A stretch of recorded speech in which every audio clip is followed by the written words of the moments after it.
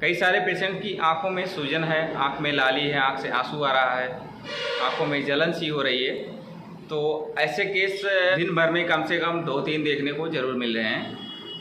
लेकिन उन पेशेंट का अगर हिस्ट्री लिया जाए, उनसे बात किया जाए कि ये इतनी ज़्यादा आपकी आंख लाल कैसे है, क्या वजह हुई, आँखों में इतना ज़्यादा सूजन आया है, आंख में लाली है, आंख से आंसू आ रहा है, आंख बहुत विकराल रूप में नज़र आती है देखने में, तो पता चलता है कि सोए हुए थे या कहीं जा रहे थे तो आँख में कुछ पड़ गया या फिर कोई चीज़ ऐसे मालूम हुआ कि स्प्रे हुआ, आँखों में आ गया। उसके बाद में 1-2 घंटा के बाद धीरे धीरे आँखों में जलन सी होने लगी, आँखों में गड़न सी होने लगी।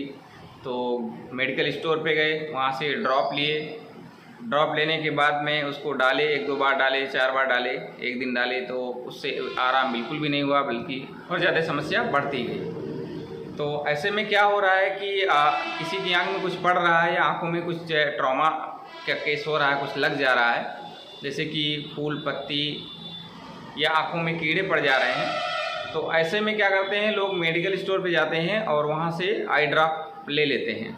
जो केमिस्ट होते हैं उनको आई के डिजीज़ के बारे में बहुत ज़्यादा नॉलेज नहीं होता है, और पेशेंट यदि मांग रहा है ड्रॉप तो वो जो ड्रॉप मांगता है उसको वो दे देते हैं।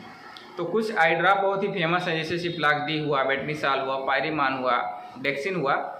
तो ये सब ड्रॉप ही पेशेंट मांगता है, तो उनकी भी मजबूरी होती है, वो कम रेट में मिलते भी हैं तो उसको वो लोग दे देते हैं। लेकिन क्या होता है ऐसे में, जब आँखों में कुछ पड़ जाता है या कुछ लग जाता है तो आँखें लाल हैं, आँख में दर्द हो रहा है, आँख से पानी आ रहा है, लेकिन उसके साथ साथ यदि कुछ पड़ा हुआ आँख में तो फिर आँख का जो कार्निया है, हमारा काला वाला भाग है, इस पर उसका अटैक हो गया है। यानी इसमें आपका उस कीड़े का इन्फेक्शन आँख के कार्निया में इन्वॉल्व हो गया है। आँख की जो एपिथेलियम होती है, सुपरफिशियल लेयर कार्निया की, उस पर वो अटैक कर चुका है या डैमेज कर चुका है, उस पर स्क्रैच आ गया है या खरोच आ गया है, या अगर आप ज़्यादा दिन रखेंगे उसको, 1-2 दिन 3 दिन तक ऐसे ही बना रहा तो उसमें इन्फेक्शन भी हो जाते हैं, जैसे कि वायरल इन्फेक्शन या फंगल इन्फेक्शन होने के चांस रहते हैं।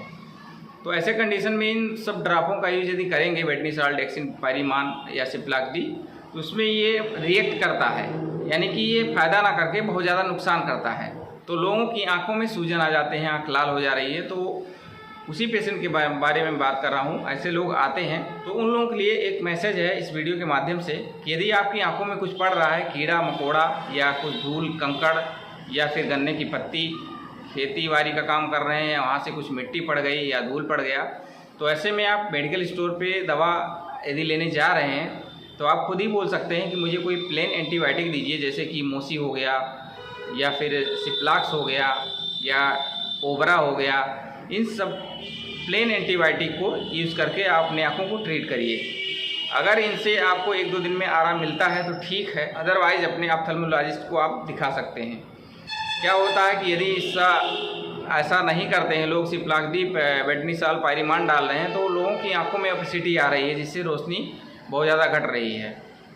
तो आँखों में यदि सफ़ेदी बन जाएगी तो कॉस्मेटिकली बुरा लगता है और रोशनी भी कम हो जाती है, और वह किसी भी तरीके से उसको बढ़ाया नहीं जा सकता है बिना कार्निया के ट्रांसप्लांट के।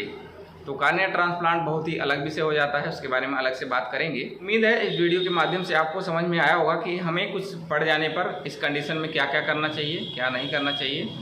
तो प्लेन एंटीबायोटिक या लुब्रिकेंट का यूज़ करें, इन सब स्टेरॉइड ड्रग से बचें, तो ताकि आपकी आँखें सेफ रहे, आप अपने विजन को इम्प्रूव करते रहें। जीवन बहुत लंबा होता है, आँखें हमारी रहेंगी तो जीवन आगे भी चलता रहेगा।